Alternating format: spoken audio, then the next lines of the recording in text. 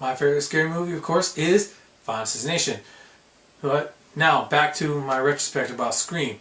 Part 3 and 4 are the most divisive movies of this entire franchise, and especially amongst fans of the first Scream movie, it's like, oh, that movie sucks. No, that's actually good. Here's my thoughts. Okay, so what I liked about this movie is the villain. First of all, the villain, he is very interesting because he uses technology a lot better than I thought the villains in the first two movies did. Because he has a voice changer that not only changes his voice into the Ghostface voice, but also voices of other people, so that he can use those voices to trap other people into where he needs them to be, trick them into thinking they're talking to somebody else. This was done in the first scene of the movie, and I thought it was a nice little way to start us off. And so, what was interesting in the first two movies, you had this character, Cotton Weary. First movie, he was in the background. You didn't know anything about him except he was the guy convicted of Sidney Prescott's mom's murder. Other than that, we knew nothing about him.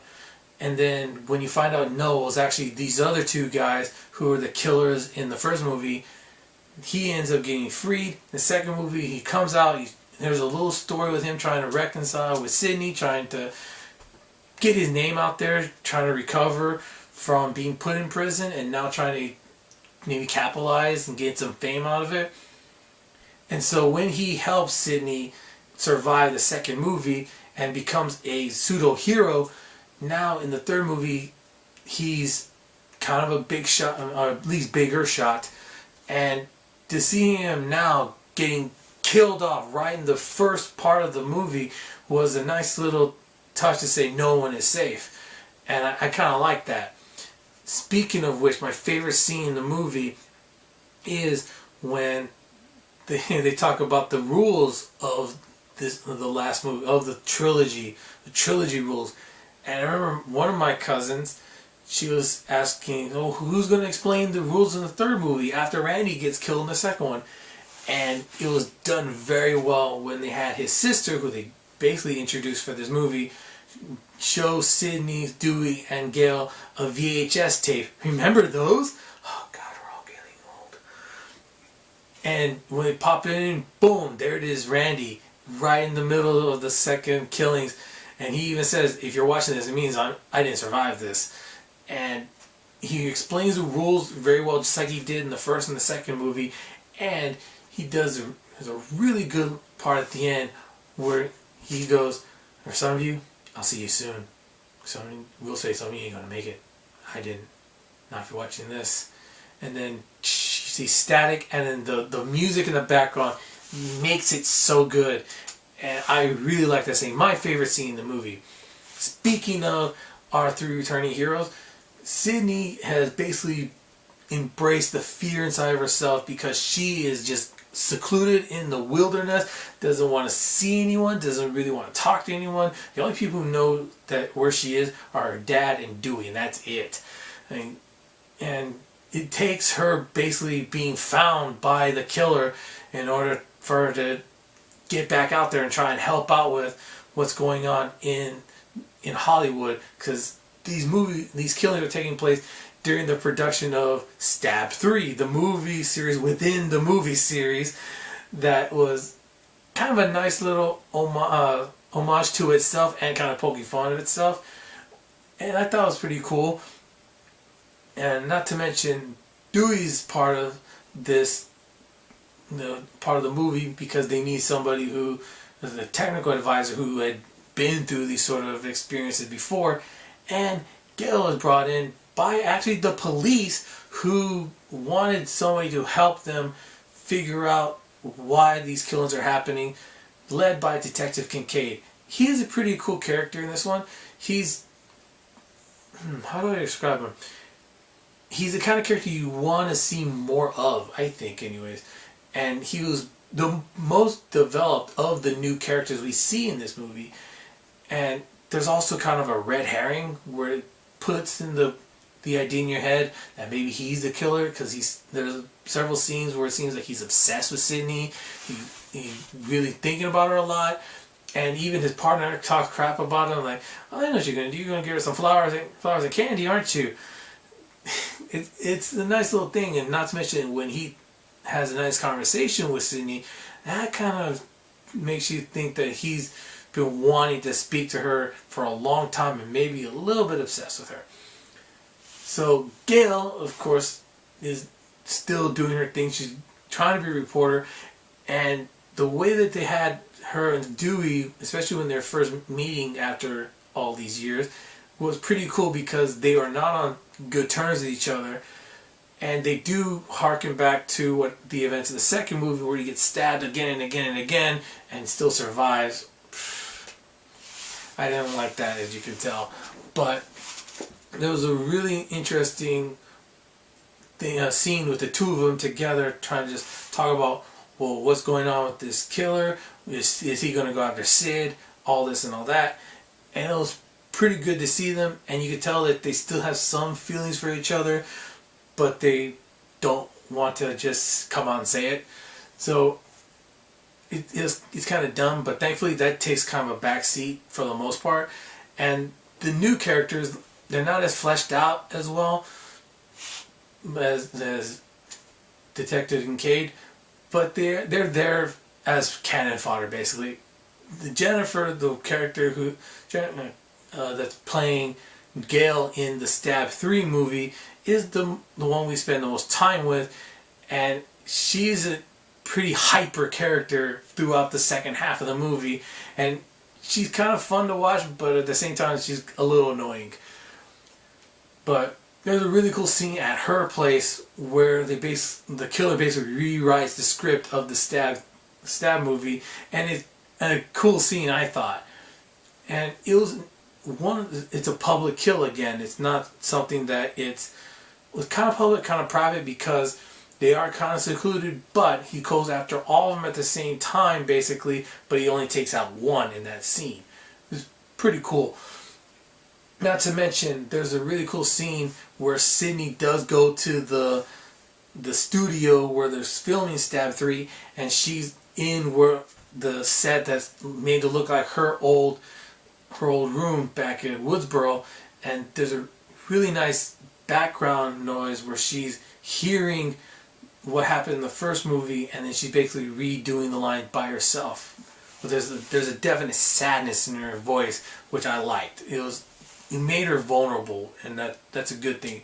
But she wasn't too vulnerable because she does put up a good fight with this killer, who, like I said, is smarter, and the two of them do kind of like a cat and mouse thing, because she gets a call from him trying to get her to where he needs her to be, and she tries to protect herself, and he's like, no, you're not going to come in here while I know that you might be armed since you've been hanging out with the police. So he makes her do the whole metal detector thing on herself, and finds a gun, throw her in the pool. It's a nice little thing. You have a villain that actually has some intelligence. I like that. Also, I did like the villain himself. In the end, they explained how Sid's boyfriend, how he knew that Sid's mom was sleeping with his dad. You would think that maybe his mom told him, but that's the thing, though. It's a question we never asked, and then they just asked and answered it for us. It was pretty interesting, and it was a nice little tie-in from the first to the third movie, and it gave the villain a reason why he was doing what he was doing, and it ended up being Sid's half-brother, and his whole thing of, well, if I can't have my mom, I'm not going to let you have her either. And it was kind of a way, how do I say this? It's a motive you would think could happen in real life. And I think that's one of the more interesting aspects. One thing I didn't like about the movie, like I said, the characters weren't all fleshed out that well. Most of them are kind of shallow, and they say in the movie, in the scene, my favorite scene, anyone can die, including the main character. They said, "This means you, Sid." But none of the three main characters die in this one. I was like, you brought in all these new people, and then you don't kill any of them. In fact, you keep one of the new characters alive, the one you kept, you fleshed out the most, Detective Kincaid. But there wasn't a reason to have all these other characters and not kill off at least one of the three main characters. You didn't have to kill off Sid. You could have killed off Dewey, which you probably could have done in 2. Or you could have killed off Gail. She was also, expendable. But you didn't. And I'm going to touch on this thing as well later on. So, that'll be later. Also, the ending was okay, but I think it could have been better. And, of course, they had to end with the whole Dewey and Gail relationship. And at the end, he proposes to her. Oh, screw that. Which leads us to Scream 4. Now this happens a decade after the third movie, and it's a nice little homage and poking fun of the franchises that have a whole bunch of sequels and the remake genre, because let's face it, we're in the remake era. So the opener, my brother and I were watching this, it made us laugh because it was a great little jab at itself, the way the movies start off, because it goes back to the first movie and then it seems like, oh, it's going to be like this, like it was in the first movie, but then wait a minute, how come it's like this? Oh crap, what? And then the intro's kind of long, but it's the first part of it is funny and then it gets serious. And I like that. It was pretty cool. Now, back into our three main characters. Dewey and Gail are married and living in Worldsboro, where Dewey is now Sheriff Riley. You could tell he packed on a few pounds, which makes sense. He's older. That happens with age. So it was, and not to mention he seems to be living a good or better life with Gail. But she's in a position like, oh, I'm so bored with Woodsboro. She wants to write again, but she doesn't know how because she's not active anymore as a reporter. So it's an interesting dichotomy. Which when the killings start happening, she that reporter instinct just fires back in her brain, and she's like, "Oh, I gotta know what's going on. Gotta get back to being a reporter. Gotta get the big story again." And thankfully, that doesn't take too big of a chunk of the movie. And when she gets attacked by the killer in this one, it's a nice way to just get her out of the movie. So, also, some of the kills in this one, they're definitely reminiscent of the first movie, which, again, is an homage. But it was also, we introduced a bunch of new characters, and this is what happened in the third movie. Introduced a whole bunch of new characters, and you just summarily kill them off. And then, at the end, you don't kill off these three main characters from the first three movies. Again, this is what I didn't like about 3 and 4. So, you have Sid's cousin, who, it's been a while since I watched the movie. I did not watch the fourth one before I did this review, so I'm sorry if I don't remember her name. But, again, they try and make her seem like she could be the next Sydney, a new face for a new generation and all that. They even said in the trailers, new generation, new rules. And so it was, you definitely had an attachment to her in the sense, more so than the other characters.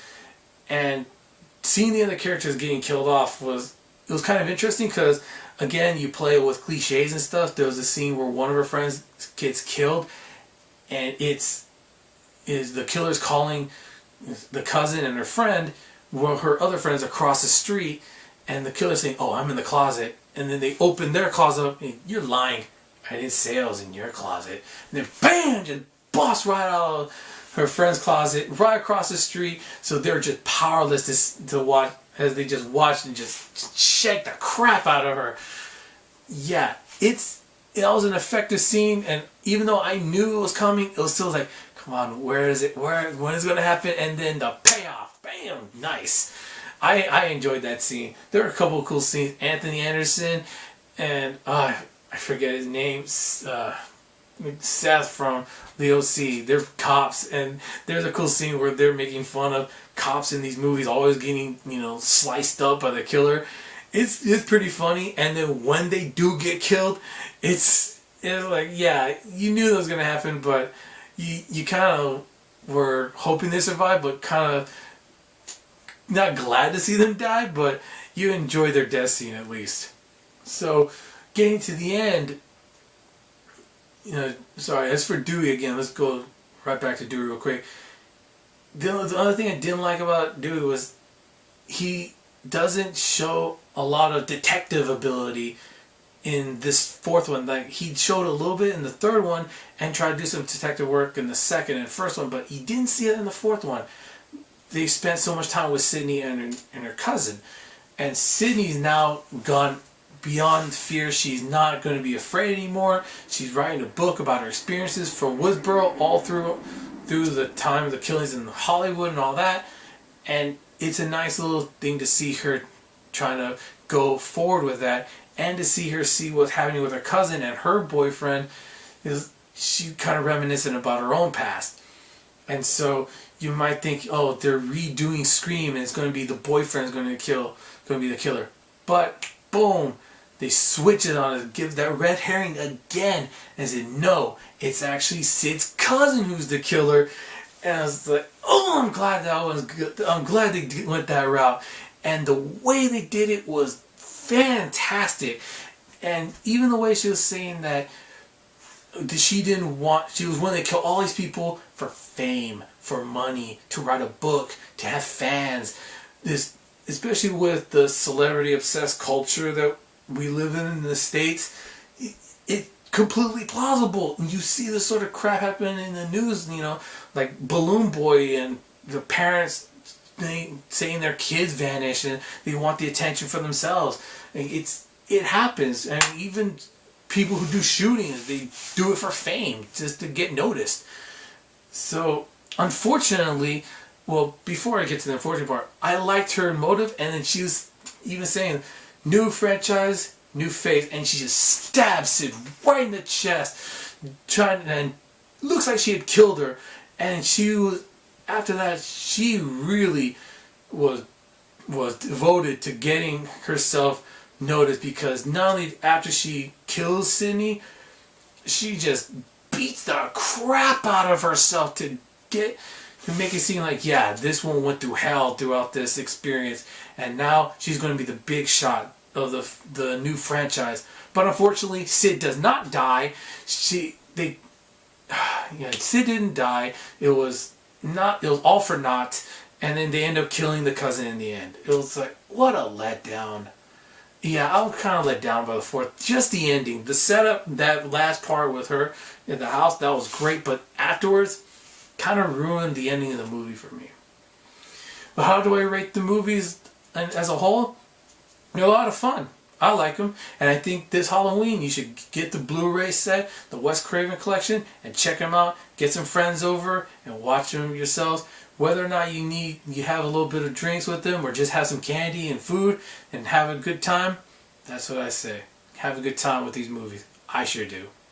So, which one of these movies is your favorite? Do you like 3 or 4? I like 4 better as a the characters, but unfortunately the ending kind of sucks. So, that's all I got. I got another list coming up. So until then, bye.